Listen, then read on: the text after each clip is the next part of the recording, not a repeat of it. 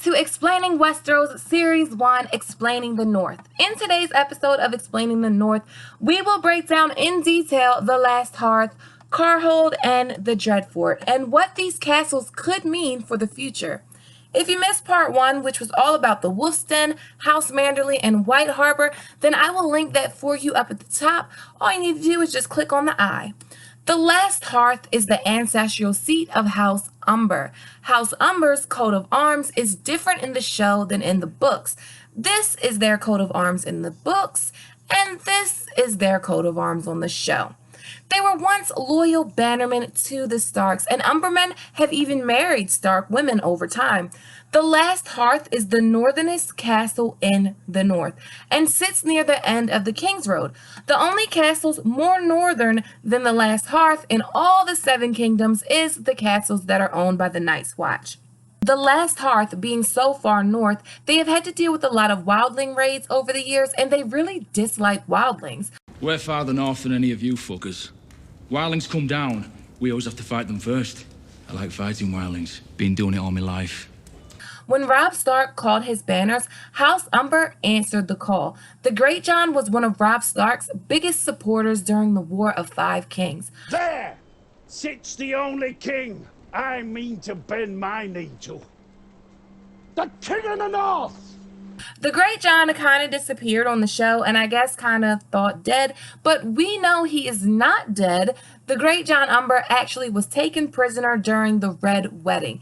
Despite the fact that the Great John consumed enough alcohol to kill 3 normal men, when the slaughter begins, it takes 8 men to subdue the Great John, and others are killed or wounded trying to get him into chains. His son, Small John, was one of Robb Stark's personal guards, and he was killed during the Red Wedding. Some traitorous man popped up in Season 6 to represent House Umber, and he just kind of gives Rickon to Ramsay Bolton, and this traitor bastard was fighting under the banner of the Flayed Man during the Battle of the Bastards. He's dead now, and last season we were introduced to the new Lord of the Last Hearth, Ned Umber, who is but a child. Sansa wanted the Last Hearth stripped from his hands, but Jon forgave the crimes his brother, or whoever he is, and accepted his pledge of fealty. He was also spotted at the airport in Belfast, Ireland, so we could see him again in Season 8. One of the weirdest things, though, is that Arya killed Walder Frey, but there were captives at Riverrun, 2 important captives, 2 of Robb Stark's previous battle commanders, proven battle commanders, and that's Edmure Tully and the Great John Umber, and we haven't seen the Great John or Edmure for a long time, and I'm pretty sure we probably won't see at least the Great John in Season 8, although the possibility is there. I've no fear, my lady. We'll shove our swords up Tywin Lannister's bunghole, and then it's on to the Red Keep to free Ned. The next place in the north we are going to discuss is Karhold. Lord Eddard Stark said that Karhold was a strong castle. Karhold is said to be smaller than Harrenhal, but meaner, according to Jaime Lannister. Karhold is the ancestral seat of House Karstark.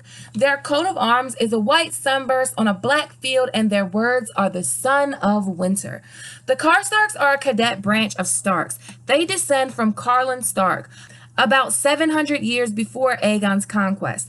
Karstarks and Starks often get married. There have been several marriages between the 2 houses. When Robb calls his banners, Lord Rickard Karstark answers the call and brings with him an enormous amount of men and his sons. His sons, Eddard and Torrhen, are killed by Jaime Lannister in the Whispering Woods. Lord Karstark wants his vengeance on the Kingslayer, but later, when Catelyn let Jaime free, he lost his entire mind and killed Tion Frey and Willem Lannister. Who stands between a father and his vengeance asks for death. And then Robb Stark lost his entire mind and removed Lord Karstark's head from his shoulders. Rickard Karstark, Lord of Karhold. Here in sight of gods and men I sentence you to die. Would you speak a final word? Kill me and be cursed. And in this very moment, Robb lost the Karstark men and he lost the war. Karhold now belongs to the Lady of Karhold, Alice Karstark. In season 7, Jon pardoned her for her brother's crimes, and she swore him an oath of fealty. In the books, it went down a little differently. She actually sought Jon out at the wall for protection from her uncles, who were all usurpers. She marries a wildling, and she's Lady of Karhold. But where does what happened in season 7 leave us? The wall comes down. The White Walkers are passing through at Eastwatch, and the first 2 castles that they will encounter is the Last Hearth and Karhold. The thing is, the Night King has Viserion, and he destroyed the wall quite easily. So what is he going to do? Just fly over those castles and obliterate them with Viserion's blue fire? That is possible, but he could want to add those men to his army.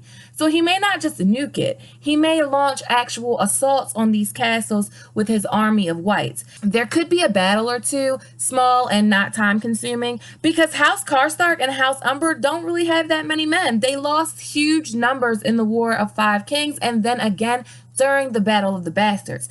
With Alice Karstark and Ned Umber being casted in the first place and them being brought back for season 8 filming, I think they will definitely have a part to play in the wars to come. The Night King could totally bypass these castles and just say, fuck it, I'm here for the Children of the Forest, and that's where I'm going. But it's very realistic to suggest that the Karhold in the Last Hearth will indeed see the Night King and his army and have to fight.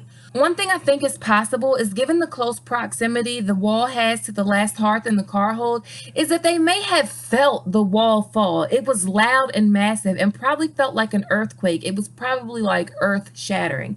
They may have managed to run south for Winterfell when they heard it. They might have known exactly what it was.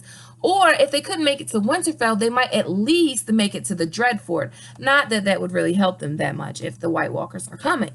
The Dreadfort is the ancestral seat of House Bolton. House Bolton's coats of arms is the Flayed Man, and House Bolton is the fuck out of here.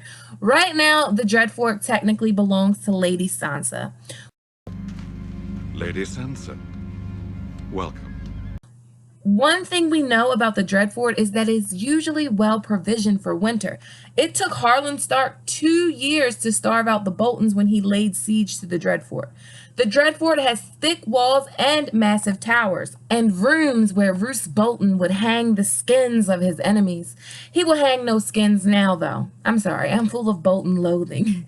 Depending on how the Night King moves will dictate the fate of these castles and the people living inside them.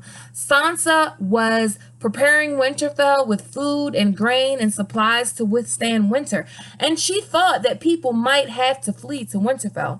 Given that the Night King did lose tons of men on the frozen lake, he might want to gain more foot soldiers and use the Last Hearth, Karhold, and Dreadfort to gain the soldiers he lost. But what do you think? Do any of these northern castles have a part to play in the wars to come? As always, thanks for watching. Thanks to everyone who supports me on Patreon. If you like this video, please give it a thumbs up, click that subscribe button, hit that notification bell, and join the sweet summer family. Okay, my sweet summer children, have a good day.